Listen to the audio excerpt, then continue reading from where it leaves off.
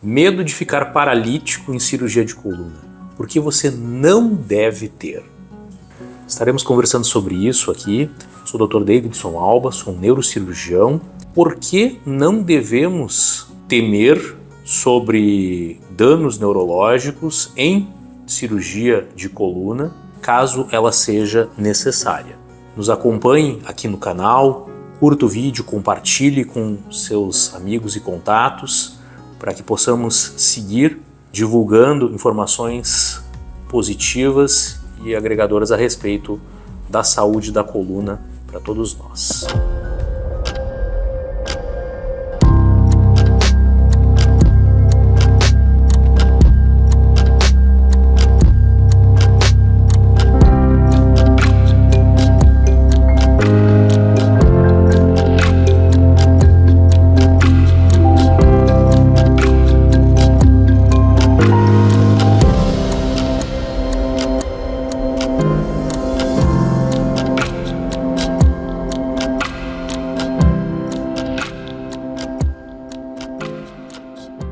O principal medo de quem eventualmente precisa se submeter a uma cirurgia na coluna é o medo de ficar paralítico. Muito por conta da má fama que as cirurgias de coluna tinham antigamente, onde a gente tinha menos tecnologia à disposição, o treinamento era talvez aquém do ideal de hoje em dia, o acesso à tecnologia, a exames de imagem, a instrumentais e a métodos que permitissem realizar a cirurgia de forma mais precisa, menos invasiva, com trauma cirúrgico menor, machucando menos o paciente, entre aspas, o que provocaria menos sangramento, menos dor no pós-operatório e também a possibilidade de ele retornar mais cedo para o seu trabalho, para os seus exercícios, para a sua rotina. Tudo isso foi se desenvolvendo ao longo dos anos. Antigamente, além de haver mais dificuldade de se fazer o diagnóstico, os exames eram menos precisos, se chegava à conclusão de que se precisava de cirurgia com quadros mais graves. Não existia tomografia, não existia ressonância. Conhecimento a respeito das queixas e dos sinais de alerta das doenças mais graves da coluna não eram tão difundidos, não apenas no meio médico, mas especialmente na população em geral.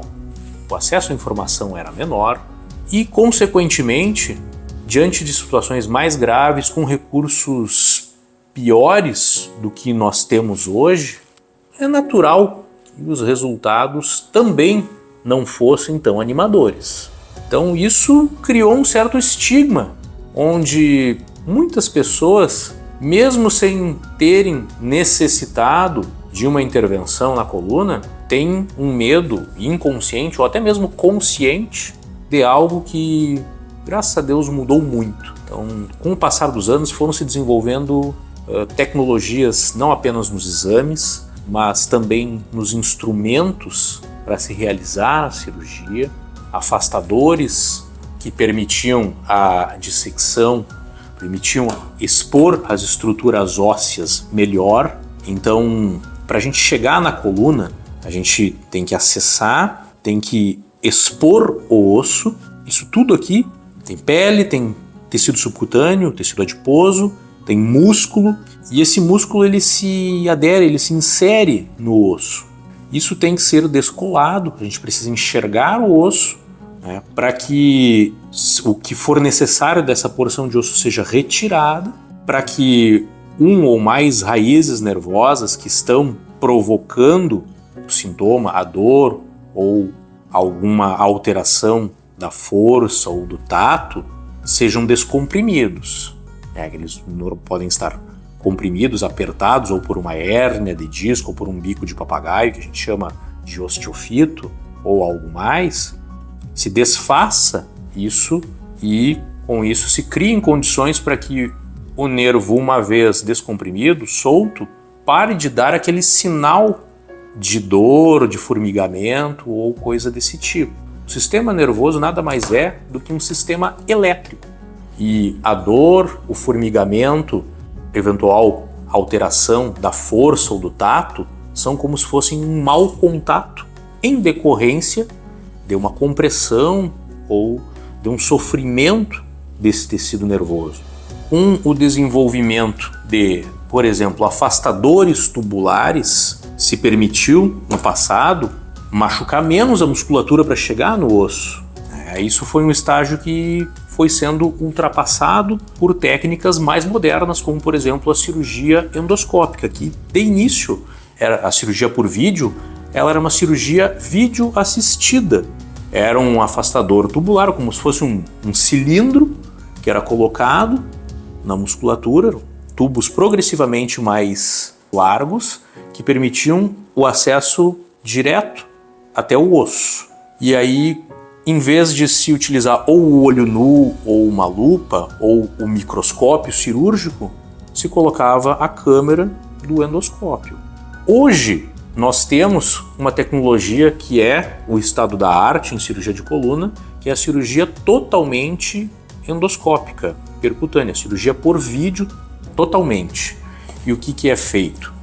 É utilizado o endoscópio, seja no sentido vertical, seja no sentido oblíquo à coluna, para se acessar essas doenças, sejam hérnias de disco, sejam bicos de papagaio, sejam outras coisas, de forma que, com o auxílio do raio-x e dos instrumentos, o dano seja mínimo, que em vez de um corte de 10 centímetros na coluna, nós teremos uma punção com uma agulha, seguida por um instrumento de dilatação, onde a cânula de trabalho para o endoscópio tenha 7, 8 milímetros de diâmetro, e a gente está falando de um corte na pele de 1 centímetro, sem precisar afastar e machucar toda a musculatura, né? Isso por si só diminui sangramento, diminui dor no pós-operatório, muitas vezes pode fazer a diferença do paciente não precisar ficar baixado no hospital após uma eventual cirurgia.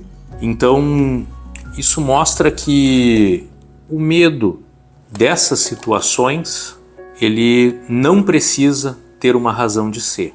Com relação ao risco de lesão neurológica, a menor invasividade, os instrumentos mais delicados e a melhor visão que se obteve com esse progresso dos instrumentos para se enxergar a coluna, há uma precisão muito maior nos movimentos. O cirurgião enxerga com clareza o que está fazendo. Se o que ele está vendo é nervo, é osso, é músculo, né, é disco intervertebral. E com esse detalhe e com instrumentos delicados o suficiente, ele consegue fazer o que é necessário sem machucar ainda desnecessariamente uma estrutura nervosa ou meníngea que não deveria ser lesada. Mais ainda, se desenvolveu o que a gente chama de monitoração neurofisiológica transoperatória.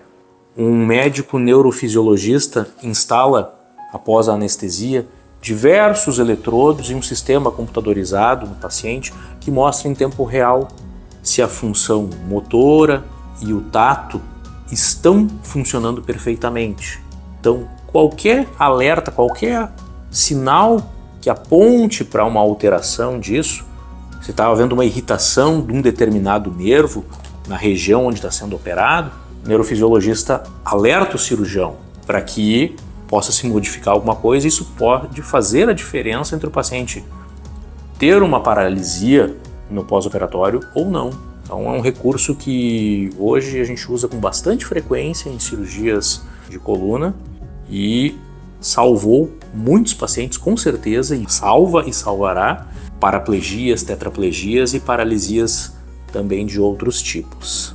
Então, diante desse progresso tecnológico, usando essas técnicas, nós podemos dizer que quando existe a necessidade e há a indicação real de alguém se submeter a uma cirurgia, a uma operação na coluna, sabemos que existe um certo risco, mas não há por que ter medo infundado de paralisia baseado nas técnicas e nos riscos de 50 anos atrás. Felizmente, a tecnologia nos trouxe para o futuro e é olhando para frente que nós deveremos pensar a nossa saúde e a saúde da nossa coluna.